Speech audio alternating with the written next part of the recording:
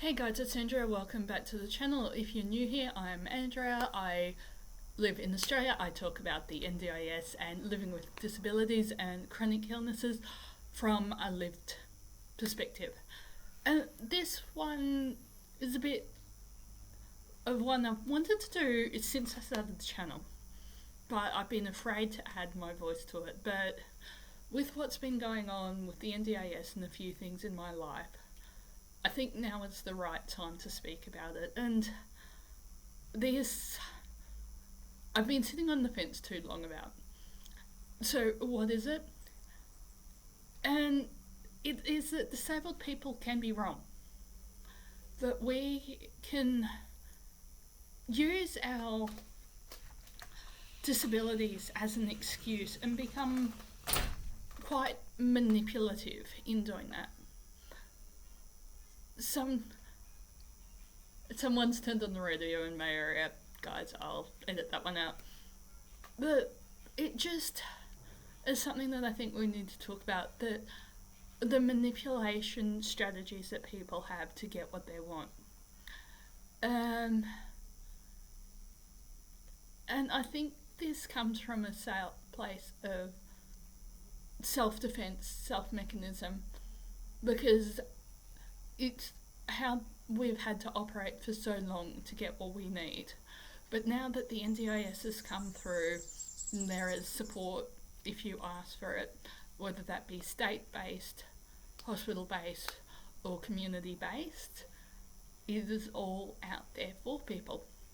But we don't talk about the manipulation, the gossip, playing support workers off each other to get what you want. And it might be very, very subconsciously. But at the end of the day, adults with disabilities are still adults. There is some cases where that adult might not have full capability, might have a considerable gap between their intellectual age and their physical age. I'm not talking about those. I'm talking about people who are aware of what they're doing. And this is something that the disabled community need to address. And this stems from a question that I saw over on Quora, over on my space. And it's a space I run. I do earn an income off it, so full disclosure.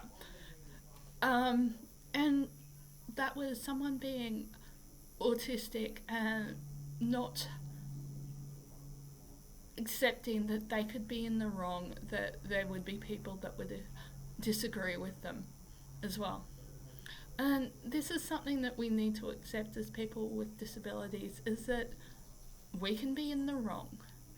We can need to learn and grow. We might need help to understand the world.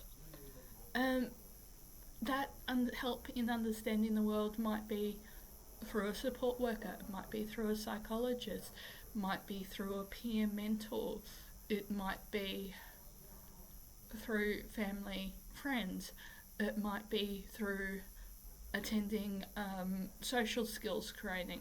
However, I'm aware of the social skills training can be quite difficult and challenging for people with autism. There are some great organisations in Australia that are doing great education on autism, ADHD and other hidden disabilities that are called psychosocial disabilities.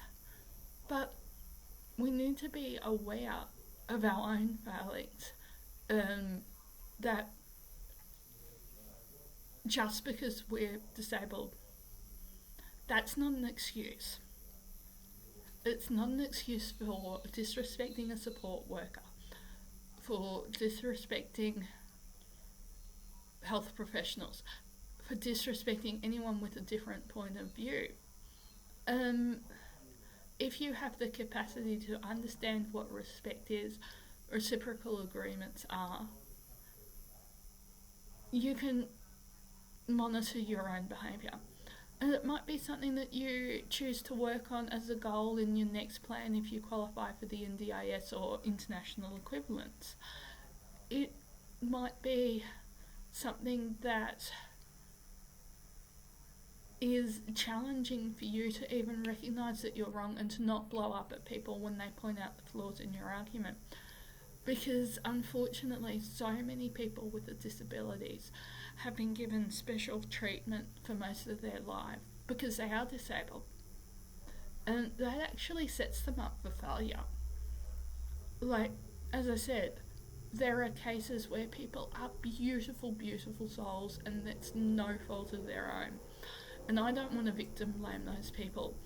But I'm talking about the people, and I'm sure you can all imagine someone, the person who, oh, don't mind such and such, he's disabled. Your thoughts around that person have been minimised, your concerns have been pushed aside because they're disabled, they're dealing with XYZ issues. But people don't have to put up with those issues all the time. They're allowed to be done with you. They're allowed to say, no, I don't want to deal with this. People are allowed to have their own issues. And guys, I'm going to revisit disability and emotions because quite recently I've had some opportunities come up that if I had kept my mindset from last year, which was very negative, woe was me type of thing, I became very care resistant, and it took a lot of internal digging to realise that it was not my fault. These thoughts and core beliefs had been internalised due to the way a previous care company had treated me like a number instead of a person. I'm starting from next week a new adventure with a new care agency, getting out of the house twice a week and looking at going back to some online study, as well as the YouTube and the blog.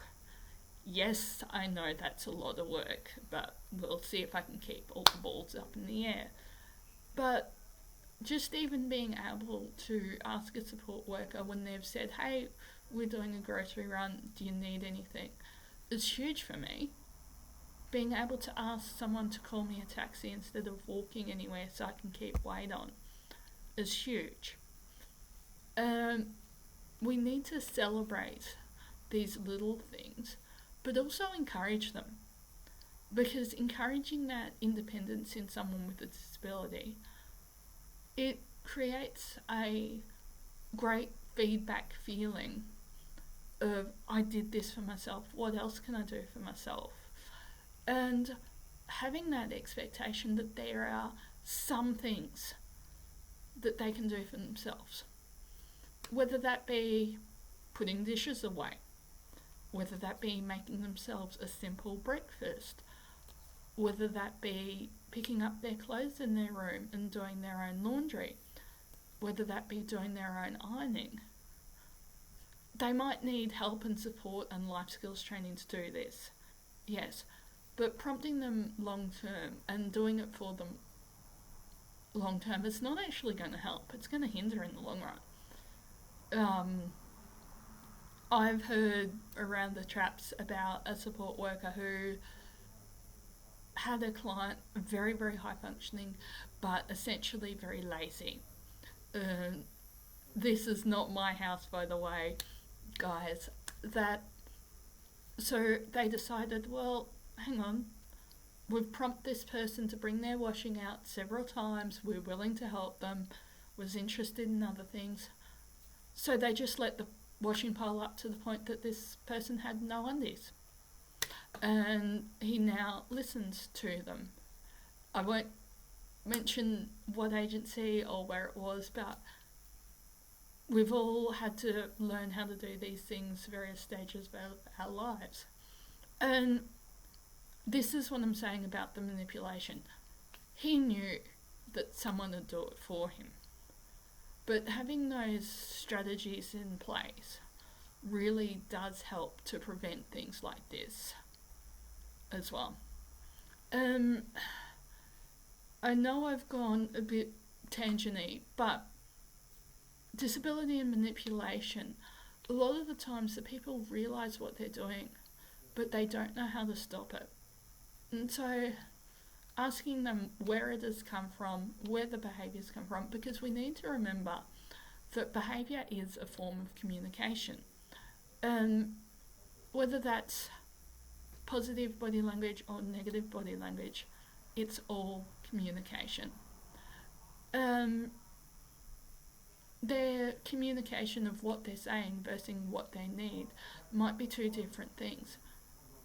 The manipulation might be the only way they know how to get what they want and their basic needs fulfilled, but it's not going to get them any friends in the long run. And so we need to be aware of that and nip it in the bud before it starts. I know that this is a goal of mine, to work on being much more connected into my family and friends this year. Ironically, get off the internet and get a team around me as well. And I've pitched to some YouTubers about writing for them. I'll report back in on that one. But guys, if you're a person with a disability struggling with this, there are some resources out there, both online and offline. I will link them below, but there's Reddit. Deciding to Be Better is a massive one that I have worked with, and also Discord, Deciding to Be Better as well. And guys, I am now on Discord as Night of the Idiotic. Come and find me. I'm part of the Cicada Solvers as well. So guys, if you can, please like, share and subscribe. And guys, I'll see you guys in the next video.